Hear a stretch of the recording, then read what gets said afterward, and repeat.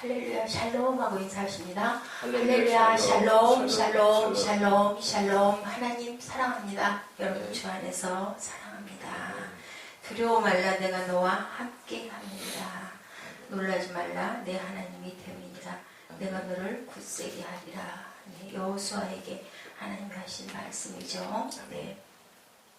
참으로 내가 너를 도와줄 것이고 의로운 오른손으로 너를 또한 붙들어 줄 것이다. 인생 살아가면서 우리가 한계를 느낄 때가 너무 많습니다. 예, 운동선수는 시합을 하다가 중간에서 포기하는 일도 많죠. 공부를 할 때, 또한 저희들 시험을 볼 때, 직장이나 사업을 하는데도 우리가 한계를 느낄 때가 너무 많습니다. 그리고 중도에서 포기하면 뭐라 그래요? 상대적으로 외부에서 그 원인을 이야기할 때가 많죠. 때가 안 돼서, 여건이 주어지지 않아서, 환경이 나빠서, 또한 운이 없어서 이렇게 어떤 그 이유를 상대방에서 찾을 때가 많습니다. 그런데 하나님께서 우리에게는 세상과 다른 방법으로 내가 너를 참으로 의로운 오른손으로 내가 너를 붙들어 주겠다. 이 아침에 말씀하시네요. 그러나 이 모든 일에 우리가 사랑하시는 이로 말미암아 우리가 넉넉히 이기느니라. 로마서 8장 37절에서 이렇게 말씀하십니다. 우리에게는 나를 사랑하시는 세상에서 어떤 것도 무소부지하시고 어디에도 계시고 그리고 능치 못함이 없으신 아버지께서 나를 도우시겠다고 말씀하세요. 인간은 왜 하나님의 도움을 받고 살아야 할까? 우리가 할 수 있는 것이 없기 때문이죠. 한계가 있기 때문에 근심 걱정 아무것도 하지 마라. 내가 내 하나님이 됨이니라. 우리가 그 나폴레옹이 그랬다고 그래요. 나폴레옹 제자들은요. 나폴레옹만 옆에 있으면 우리가 죽음의 사질에도 가겠으니 어디든지 말씀만 하옵소서 할 만큼 나폴레옹은 그렇게 용기가 백배했던 사람이어서 부하들이 나폴레옹 옆에만 있으면 무엇도 겁을 내지 않았다고 합니다. 그런데 나폴레옹을 낳은 나폴레옹보다 훨씬 수억만 배 위대하신 하나님께서 우리 곁에 계시니 우리가 무엇이든 못할 것이 있겠습니까? 그래서 그렇죠. 불 속에라도 물 속에라도 내가 들어가겠다라고 그렇게 믿음의 사람들이 고백을 했습니다. 인간의 두려움은 무엇으로 없어질 수 있어요? 하나님이 주시는 그 약속의 말씀으로 우리가 다 물리칠 수 있고 두려움은 어떻기 때문에 내가 할 수 없는 것 앞에서는 두려워지죠. 자신이 없는 것 앞에서는 두려워집니다. 두려워하면 반드시 실패를 하고 실수를 해요. 그 확실한 얘기예요. 그래서 놀라지도 겁내지도 말라고 이렇게 얘기를 하십니다. 세상에서 가지고 있는 것을 잃게 될 때 두려워하죠. 자신이 없어질 때. 저는 늘 생각을 해요. 후진할 때, 또한 주차할 때, 방향을 찾을 때, 그때 겁을 내면 꼭 거꾸로 가요. 또 글 쓸 때도 겁을 내면 꼭 그 획이 틀어지고 말았던 그런 경험이 있습니다. 근데 자신이 없으면 겁이 나요. 그러면 손이 떨리게 되고 그러다 보면 획이 잘못 구워지죠. 네, 우리가 붙들고 있는 줄이 있을 때, 의지하는 사람이 있을 때, 나는 자신 있어 하죠. 근데 그것들이 없어져 버릴 때, 요즘에 어때요? 저희뿐만이 아니라 모든 사람들이 반토막 시대다라고 얘기를 해요.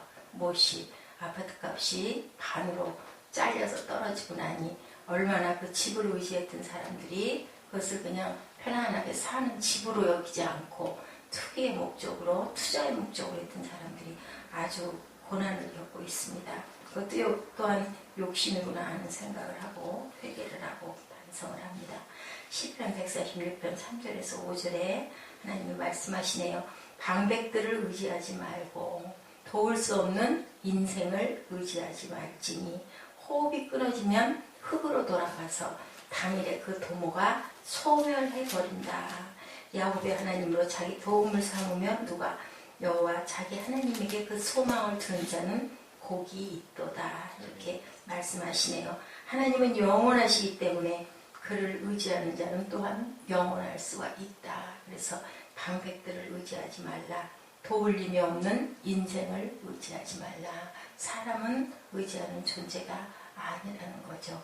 사람은 믿을 수 없는 아주 연약한 존재이기 때문에 사람은 사랑할 존재이지 의지하거나 또한 믿을 존재가 아니다라고 얘기를 합니다. 그럼에도 불구하고 저는 그래도 사람을 믿고 살아야지. 우리들 그런 얘기 많이 하죠. 그렇게 의심하고 그렇게 처음부터 아니다라고 바라면서야 어디 인생이 불행스러워서 살 수가 있느냐. 그런데 참 사람의 마음은 그럴 수 있겠다라는 생각을 합니다. 인간은 미래를 생각하며 살 때 두려움을 가지게 된다.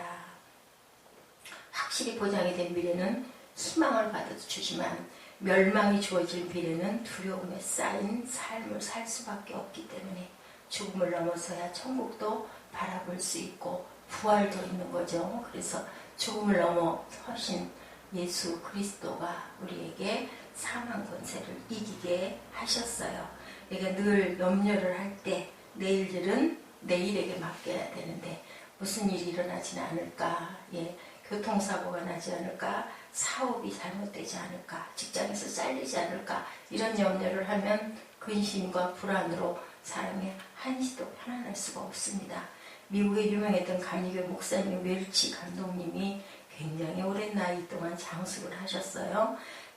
108세 정도 돼서 그 잔치를 하셨네요. 그런데 이분이 70세에 은퇴를 했다고 그래요. 그 기자가 물어봤다고 합니다. 목사님 혹시 이 남은 생에 대해서 염려가 되지는 않으십니까? 라고 말씀을 하시니까 그 목사님이 이렇게 대답을 하셨어요. 나는 30년 전에 30여 년 전에 은퇴할 때야 비로소 70세가 됐을 때야 비로소 깨달은 중요한 진리가 있습니다. 어떤 것도 미리 염려할 필요가 없다라는 것을 그때야 부끄럽지만 그때까지도 걱정을 하고 염려를 하고 매일매일 살았는데 그때서야 은퇴할 때서야 그걸 깨달았습니다. 세상에는 미리 염려해가지고 될 일이 없습니다. 앞날에 대해서 걱정할 필요가 없다. 그래서 염려의 뿌리는 자아이고 믿음의 뿌리는 하나님의 말씀이다. 염려를 많이 했는데 실제로 그 염려가 일어난 일은 거의 없었다라고 이렇게 말씀을 하셨어요. 믿음의 시작은 염려의 끝이다. 염려의 시작은 믿음의 끝이다.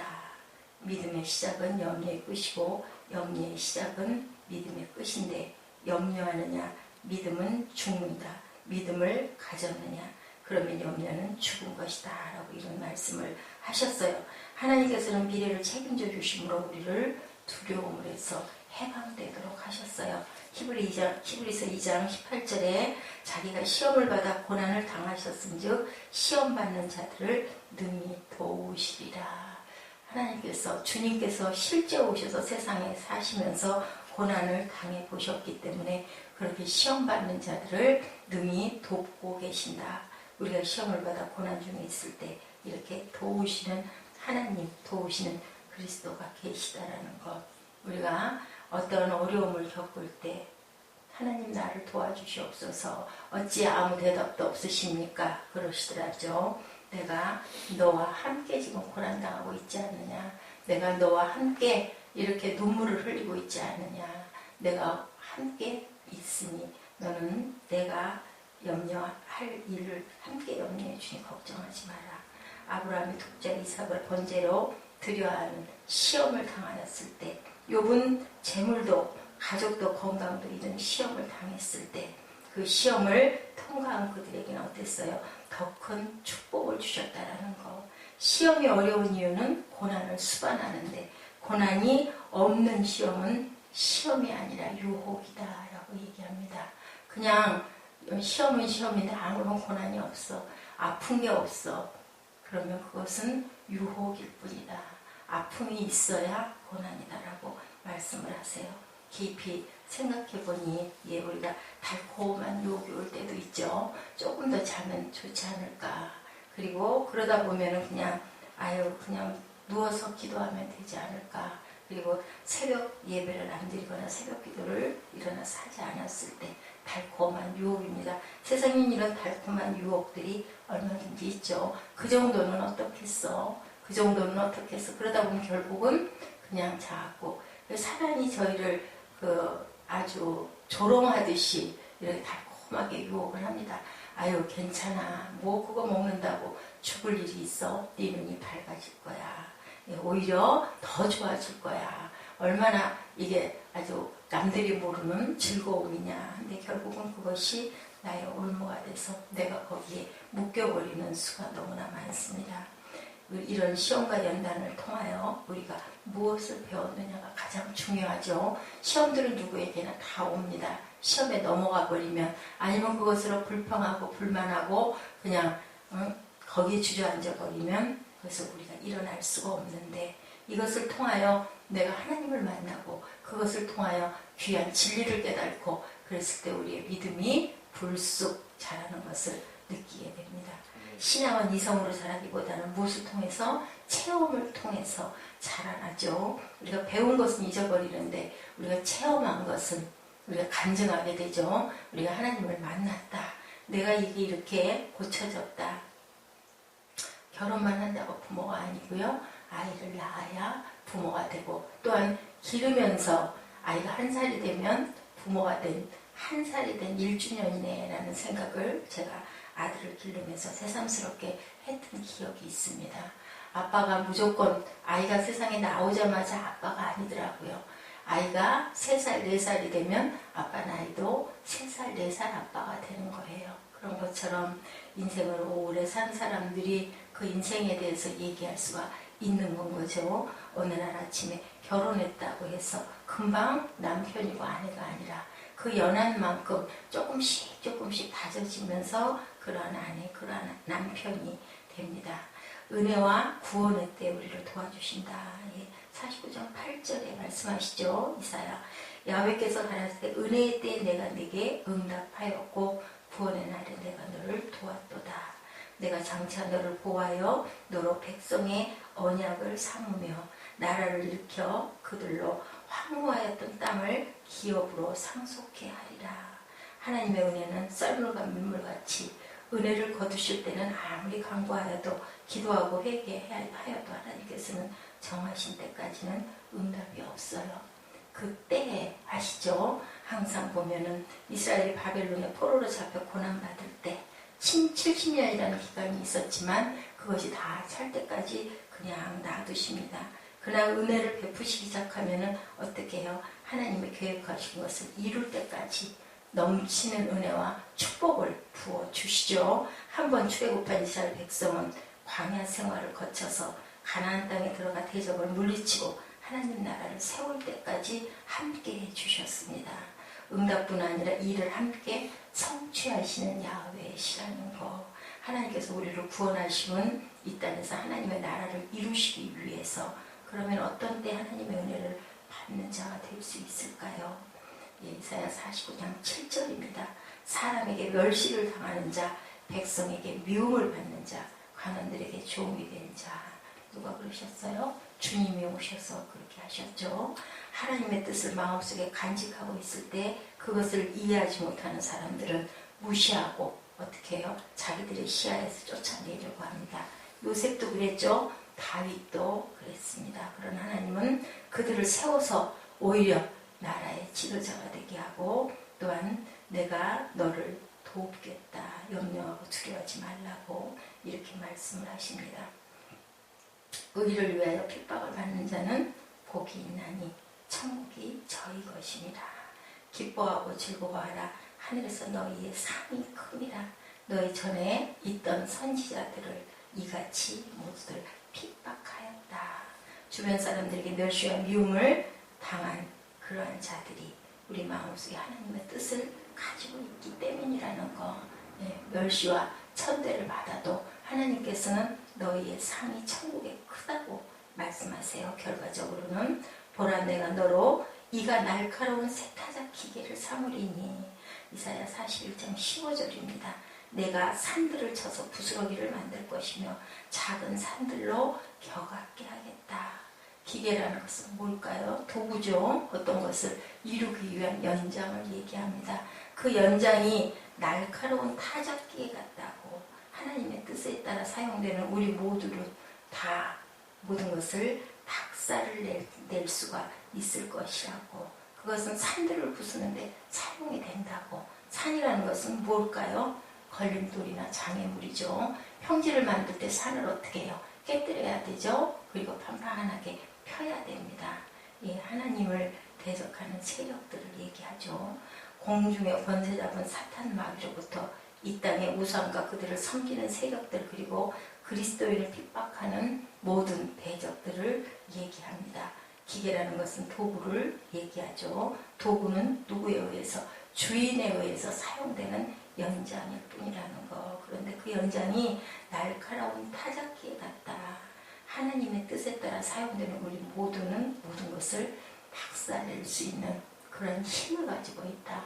능력을 내가 너희에게 부어주리니 그러니 너희는 나가서 나의 증인이 되라고. 먼저 하나님이 하나님의 능력을 우리에게 부어주십니다. 예, 산이라는 것은 걸림돌이나 장애를 말하는데요. 공중에 권세 잡고 있는 사탄 마귀로부터 이 땅의 우상과 그들을 섬기는 세력들로부터 그리스도인을 핍박하는 모든 대적으로부터 우리를 항상 보호하시고 또한 찔러 쪼갤 수 있는 그 힘과 능력을 내가 너희에게 부어주겠다. 다윗과 같이 우리를 세워주겠다.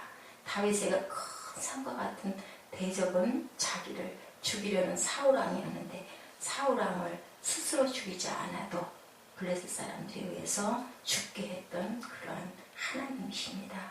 하나님의 나라를 세우는데 작은 산들, 이스라엘을 둘러싸고 있는 블레셋, 모압, 암몬, 아람, 에돔 등의 나라들이었죠. 그러나 그들을 점령하여 소국으로 만들어 버리신 하나님. 사무엘하 5장 10절에 만군의 하나님 야훼께서 함께 계시니 다윗이 점점 강성하여 가니라. 이렇게 아주 강한 사람을 만들어 주신 하나님.